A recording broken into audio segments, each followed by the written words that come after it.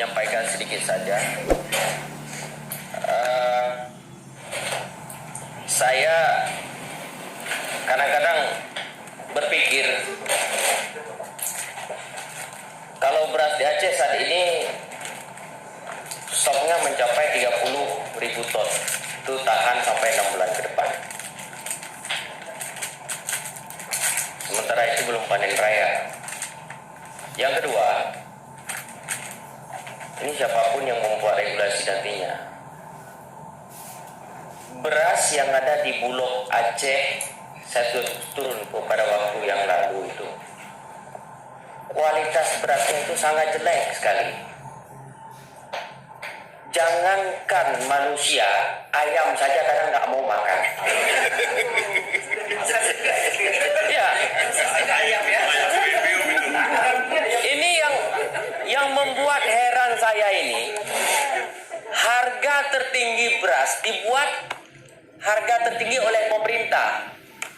Harga, standarisasi harga.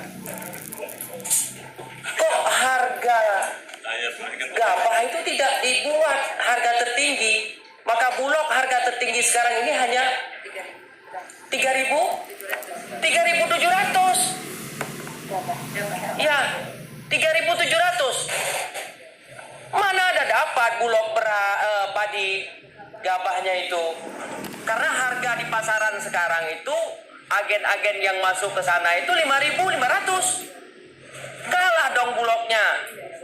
Jadi yang dia dapat Bulog hari ini adalah beras-beras yang nggak pakai lagi, nggak bisa dipakai masyarakat, gabah-gabah yang nggak terpakai.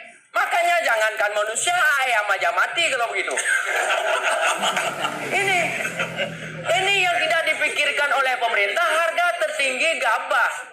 Kalau harga beras tertinggi, iyalah.